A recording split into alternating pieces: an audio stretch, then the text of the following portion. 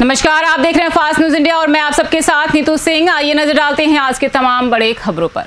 रिहाई के लिए कांग्रेसियों ने रखा मौन व्रत। जी हां, लल्लू की रिहाई के लिए कांग्रेसियों ने रखा मौन व्रत कर राष्ट्रपिता महात्मा गांधी की प्रतिमा पर बैठे कांग्रेसी।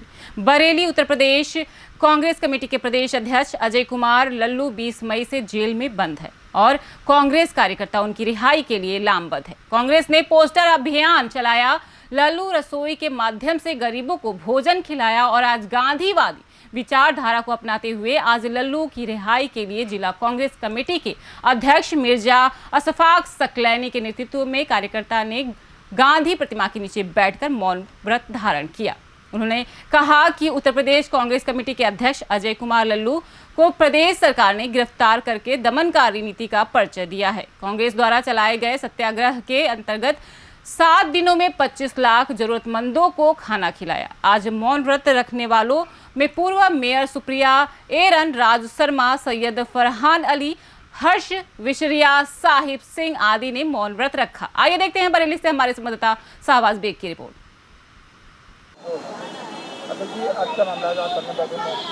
देखिए, हमें सबसे पहले तो जैसे हमारे उत्तर प्रदेश कांग्रेस कमेटी के अध्यक्ष 20 मई से जेल में हैं। सबसे पहले तो कल उनकी हाई कोर्ट में बेल के लिए एप्लीकेशन लगी थी। हमें न्यायपालिका पर भरोसा है। मजदूर और गरीब वंचितों के साथी अजय कुमार लल्लू जी को मिलेगा न्याय। योगी आदित्यनाथ गरीब विरोधी मानसिकता के और राजनीतिक कार्यकर्ता का परिचय दे रहे हैं। प्रदेश अध्यक्ष गरीब और मजदूरों, ज़रूरतमंद लोगों की सेवा कर रहे थे और अब उनको इस सेवा करने का अपराधी मानकर उत्तर प्रदेश की योगी सरकार ने 20 मई से लखनऊ की कारावार में बंद कर रखा है। हमारी मांग है, आज मौन प्रतिवाद के रूप में जो आंदोलन हम कर रहे हैं कि उत्तर प्रदेश की सरकार राजनीति ना करे, क्योंकि उत्तर प्रदेश में एक सेवा करना जैसे गुनाह हो गया हो और इसी के तहत उनको आज 20 मई से उत्तर प्रदेश की सरकार ने उनमें जेल बंद कर रखा है। हम गांधीवादी तरीके से मौन प्रतिवाद कर यहाँ से अपना विरोध प्रदर्शन कर रहे हैं और उत्तर प्रदेश की सरकार को चेताना चाहते हैं कि जो गलत मानसिकता का वो परिचय दे रहे हैं, बदले की भावनाओं से जो कार्य कर रहे हैं, वो गलत है। हम मुख्य विपक्ष, एक जिम्मेदार मुख्य विपक्ष की भूमिका निभा रहे हैं। हम लोगों की सेवा कर रहे हैं, उसको हमें करने दिया जाए और लोकतांत्रिक तरीके से अपनी बात को रख रहे हैं, उसको समझना चाहिए और हम अजय कुमार लल्लू जी को रिहा करना चाहिए। योगी सरकार में राज्य मंत्री ने किया जनसंपर्क। जी हां, जनसंपर्क अभियान में अमेठी पहुंचे उत्तर प्रदेश सरकार के राज्य मंत्री सुरेश पासी भारतीय जनता पार्टी के द्वारा 11 जून से लेकर 15 जून तक चलाए जा रहे जनसंपर्क अभियान के क्रम में आज उत्तर प्रदेश सरकार के राज्य मंत्री सुरेश पासी ने अपनी विधानसभा क्षेत्र के बूथ नंबर 162 पर पहुंचे और जनसंपर्क किया। इस जनसंपर्क में केंद्र सरकार एवं राज्य सरकार के द्वारा किए गए कार्यों का वर्णन किया गया है, जिसमें माननीय प्रधानमंत्री के द्वारा जारी पत्र को भी आम जनता तक दिया जा रहा है। साथ ही मास्क और सैनिटाइजर भी लोगों को उपलब्ध कराया जा रहा है। आइए देखते हैं अमेठी से हमारे संवाददाता आजाद सिंह की रिपोर्ट। मंत्री जी, आज किस प्रकार का कार्यक्रम था? आज भारत सरकार के दूसरे कार्यकाल के प्रथम वर्ष पूरा होने पर सरकार की उपलब्धियों को लेकर जनता के बीच हम लोग आए। माननीय प्रधानमंत्री जी की तरफ से एक पत्रक छपा है। तो आज ये 262 नंबर बूथ कमरौली का, इस पर पार्टी की तरफ से हमें चुना गया था कि वहाँ जाना है। तो अभी हमने सबको पत्रक दिया है। उस पत्रक में सारी जानकारी लिखी हुई है। पीछे 5 वर्ष की भी, इस 1 वर्ष की भी उपलब्धि है। इसी को लेकर हम लोग जनता के बीच में आए। ट्रांसपोर्टरों ने किया हंगामा। जी हां, ट्रांसपोर्टरों ने चोलामंडलम से चेक वापस करने की मांग कर हंगामा किया। बरेली में ट्रांसपोर्ट एसोसिएशन के पदाधिकारी ने शोभित सक्सेना के नेतृत्व में चोलामंडल फाइनेंस के दफ्तर पर जाकर हंगामा किया और ट्रांसपोर्टर के चेक वापस करने या रकम वापस करने की मांग की। मतलूब खान ने लॉकडाउन से पहले चोलामंडल से केस फाइनेंस करवाया और 5 चेक दे दिए। कंपनी के प्रतिनिधि अंतरिक्ष सक्सेना को संपर्क किया तो उन्होंने बताया कि फाइल रिजेक्ट हो चुकी है। जिस दिन फाइल दोबारा बनी उसी दिन मतलूब के खाते से 6,85,000 की रकम निकाल ली गई। जब मतलूब ने चोलामंडल में अंतरिक्ष सक्सेना से संपर्क किया तो उन्होंने चेक दूसरे को देने की बात स्वीकार की। ट्रांसपोर्टरों ने मतलूब की रकम वापस करने की मांग की और दफ्तर में हंगामा किया। आइए देखते हैं बरेली से हमारे संवाददाता शाहबाज बेग की रिपोर्ट। इनका लेन देन था, मैंने मान लिया कि इनका ऑफर लेन देन हो, लेकिन आप मेरा पैसा या तो मैंने एग्रीमेंट लिख दिया होता, कंपनी को मतलब क्या है? अच्छा, कंपनी ने पैसा देना, हम कह रहे हैं अपने अकाउंट से आरटीजीएस। बिजली, सड़क, पानी की परेशानी जनता की जुबानी। जी हाँ, कहने को तो उत्तर प्रदेश के बस्ती मंडल का मुख्य न्यायालय नगर पालिका परिषद है, किंतु यहाँ के वार्ड में रहने वाले लोगों को ग्राम पंचायतों जैसी भी बुनियादी सुविधाएं अभी तक उपलब्ध नहीं है। यहाँ के वार्ड नंबर 1 नरहरिया स्टेट के मोहल्ला खवास बारी लखनऊ गोरखपुर एक्सप्रेस हाईवे मात्र 1 किमी की दूरी पर है, पर यहाँ तक पहुँचने के लिए कोई रास्ता नहीं है। अगर है भी तो पूरी तरह जर्जर है। वाहन तो वाहन, यदि आप पैदल भी खवासा बारी जाना चाहते हो तो आपके कपड़े कीचड़ में सरबोर हो जाएंगे और बच्चों को स्कूल आने जाने में बड़ी दिक्कत होती है। पानी निकासी के लिए नाली भी नहीं है। अभी तो वहाँ इतनी टूटी फूटी है कि जगह पर जल जमा हो जाता है। स्ट्रीट लाइट के अभाव में दिन डूबते हैं। आप इन रास्तों पर तो चल ही नहीं सकते, लेकिन जनता को इस पर चलना मजबूरी है। बिजली के तार तो पोल से जमीन तक लटकते नजर आ रहे हैं। कभी भी गंभीर घटना हो सकती है। प्रहलाद कॉलोनी में तो वाटर सप्लाई का पाइप फूटा हुआ है। लगभग 6 महीनों से ज्यादा उस रोड पर पानी बह रहा है और कीचड़ भी है। घास बहुत ज्यादा है और वहां के बच्चों एवं जनता को आने जाने में काफी मुसीबतों का सामना करना पड़ता है। आवास योजना के तहत सभासद प्रमोद कनौजिया का दावा है कि लगभग 450 आवास बने हैं। सड़कों पर उनके 3 वर्ष के कार्यकाल में 2 करोड़ रुपया खर्च हुए हैं, लेकिन वार्ड में आने जाने के लिए सभी मुख्य मार्ग पूरी तरह से जर्जर है। ख्वासा बारी से लेकर नरहरिया रोड पर चलना जाना जोखिम में डालना है। न्यू मॉडल पब्लिक स्कूल के प्रबंधक जाटा शंकर पांडे का कहना है कि सफाई के मामले में वार्ड नंबर 60% ठीक है, परंतु सड़क मार्ग और स्ट्रीट लाइट की स्थिति में गांव से भी बदतर है। मोहल्ले के तमाम लोगों ने वार्ड की स्थिति के बारे में जो बताया, आइए देखते हैं बस्ती से हमारे संवाददाता मोहित कुमार की रिपोर्ट।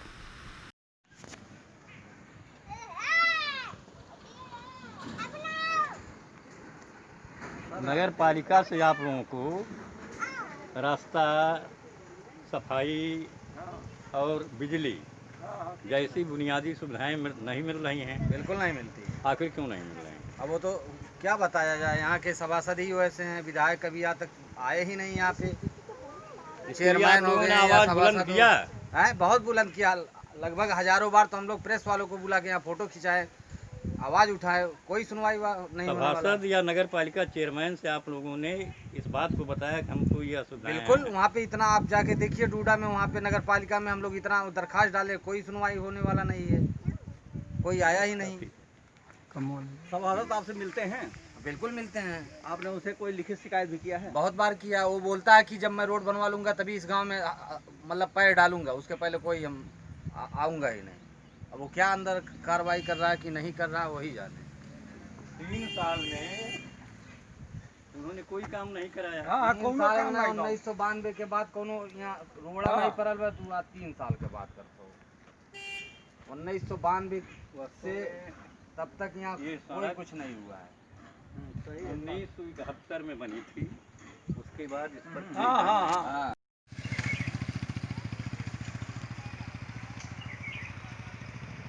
ले लीजिए, नाली जरा ले लीजिएगा।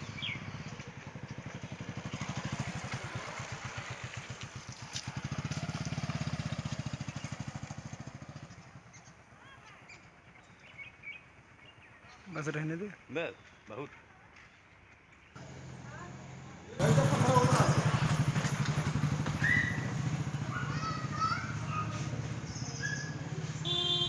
बाबू को सिस्टम चेंज होगा का मतलब रोड चौड़ा हो कि नाली वाली बनी?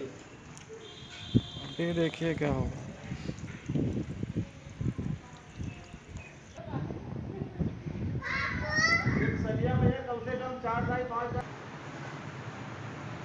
पांडे जी, ये विद्यालय आपका कब से चल रहा है?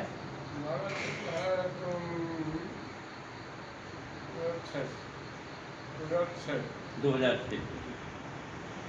सड़कें भी यहाँ ठीक से नहीं हैं।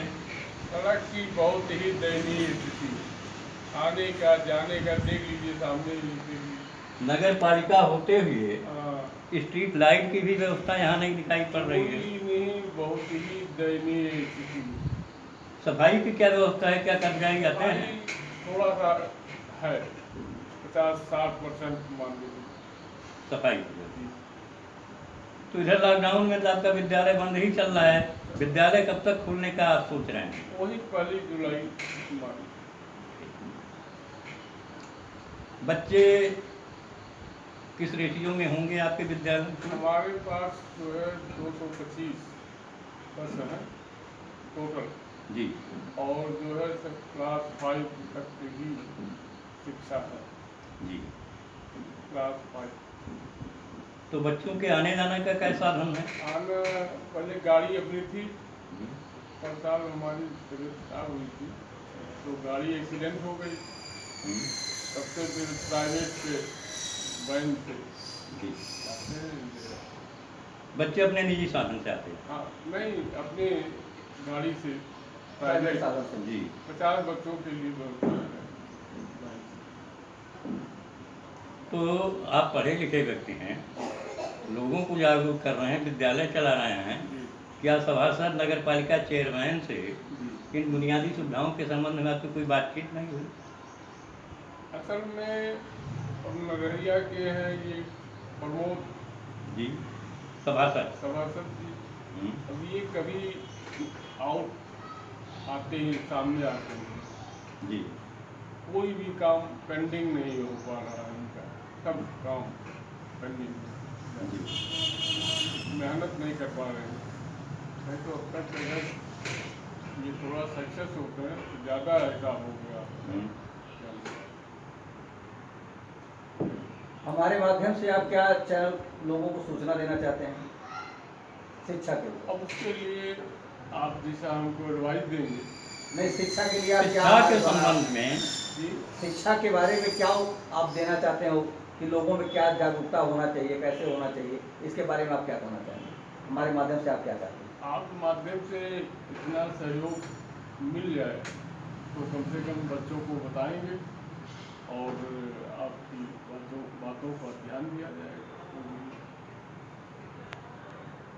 थैंक यू, धन्यवाद। नगर पालिका बस्ती के वार्ड नंबर 1 में रहरिया के आप सभासद हैं। विगत 3 वर्षों का आपका कार्यकाल पूरा हो चुका है। इस बीच में विकास के लिए आपने कौन कौन से काम यहाँ करवाए हैं? विकास के लिए तो लगभग काफ़ी कार्य हो चुके हैं, जैसे प्रधानमंत्री आवास। लगभग कितने आवास आप बनवाए हैं? लगभग 450 के ऊपर ही आवास हमारे यहाँ बन चुके हैं, और नाली और सड़क निर्माण लगभग 2 करोड़ कुछ का टेंडर हो चुका है, जो भी बन भी रहा है, और कार्य आप गए होंगे वार्ड में तो देखे होंगे चल भी रहा है। हमने ये देखा कुछ जगह समस्याएं हैं, जैसे रानी पोखरा जो ईदगाह वाली रोड है, वहाँ ये समस्या है कि वहाँ आए दिन पानी लगता है, जो टेंडर हो चुका है और वहाँ ईंट भी गिर रही है, लेकिन किन कारणों से भी नहीं बन पा रहा है। ये अभी जिलाधिकारी महोदय और नगर पालिका अध्यक्ष हमने कई बार इस पर बात भी किया, टेंडर भी हो चुका है।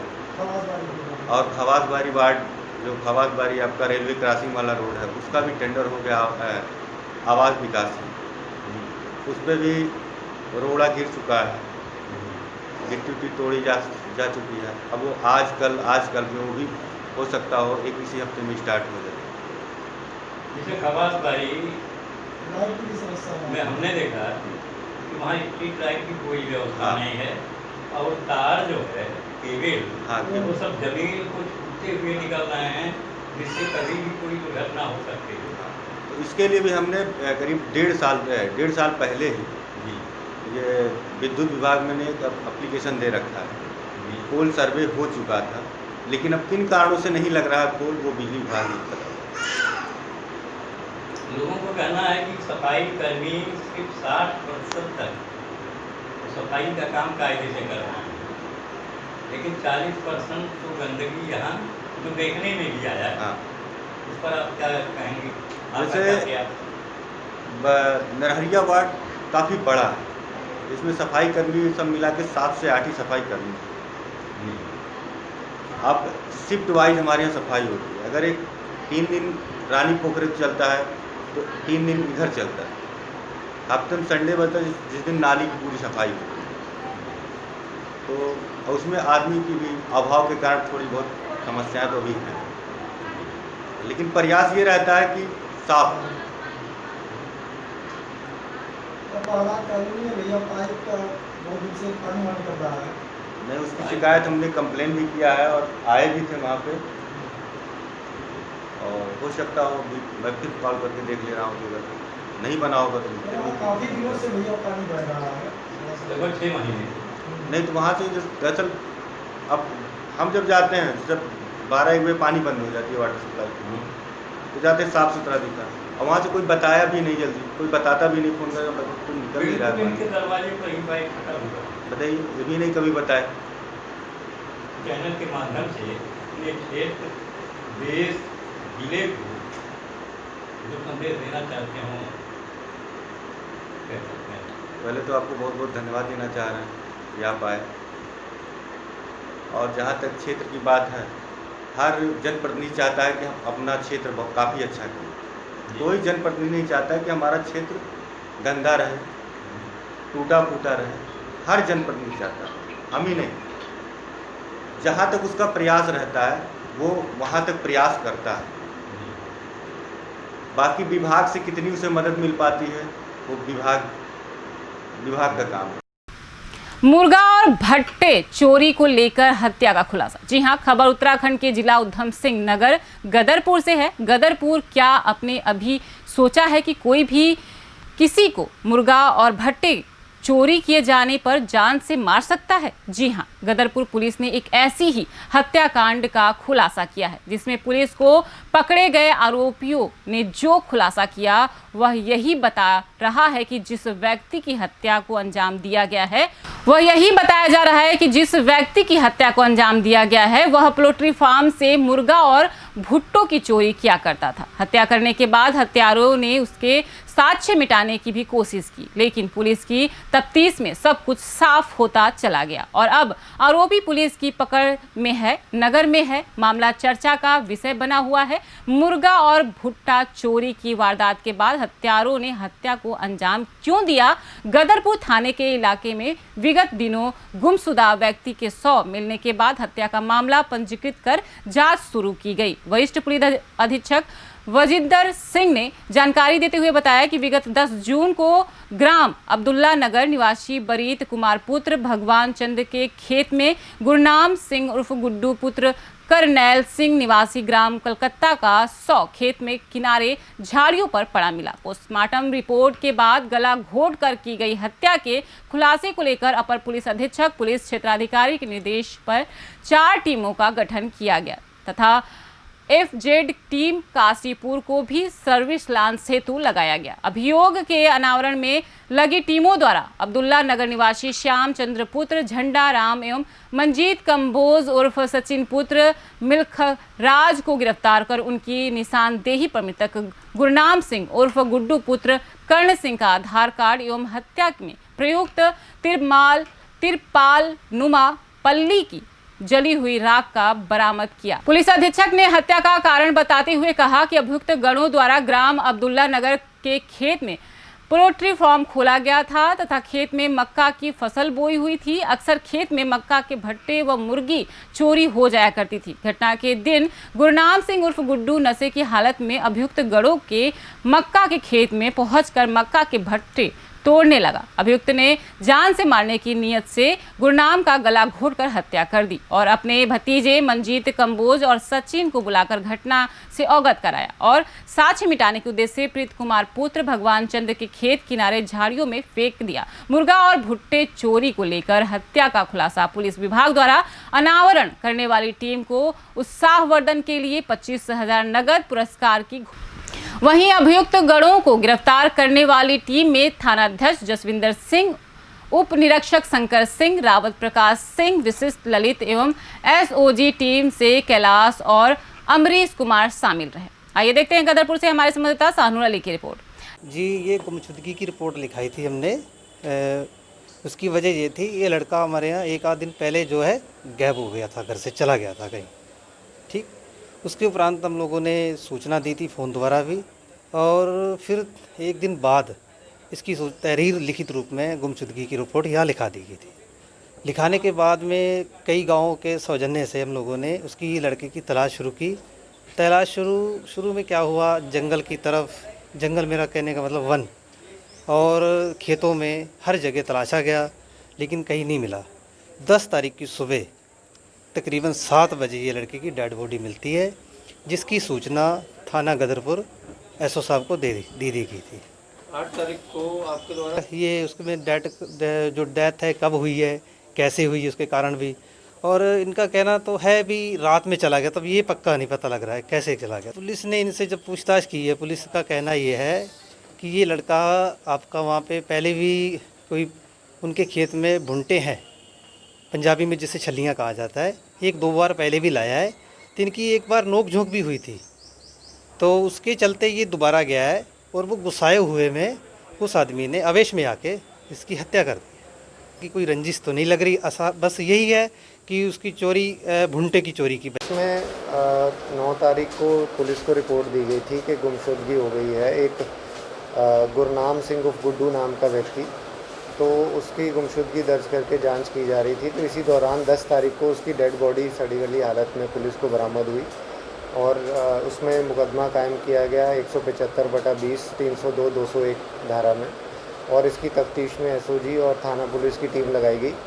जो तफ्तीश के दौरान ये पता चला कि बहुत छोटी सी घटना को लेकर ये एक मर्डर की घटना की गई, जिसमें एक श्याम चंद नाम का व्यक्ति जो ग्राम अब्दुल्ला नगर का रहने वाला है, इसका पोल्ट्री फार्म है वहाँ, तो ये दोनों लोगों ने जो है उसने ड्रिंक कर रखी थी। तो जो मृतक है वो इनके खेत से जो है छलियाँ चुरा रहा था, तो उसी से शुद्ध होकर उसने पहले भी कहीं इनके यहाँ पर कोई पोल्ट्री फार्म से मुर्गी वगैरह चुराई होगी, जो उसको पूर्व में भी इसको चोरी चकारी की आदत थी, तो इस वजह से जो है उसने गुस्से में आके इसका गला दबा दिया और उसके बाद अपने भतीजे को बुला के, जिसका नाम है मंजीत कंबोज, और इसको जो है शव को ठिकाने लगा दिया वहाँ से तकरीबन 700-800 मीटर की दूरी पर।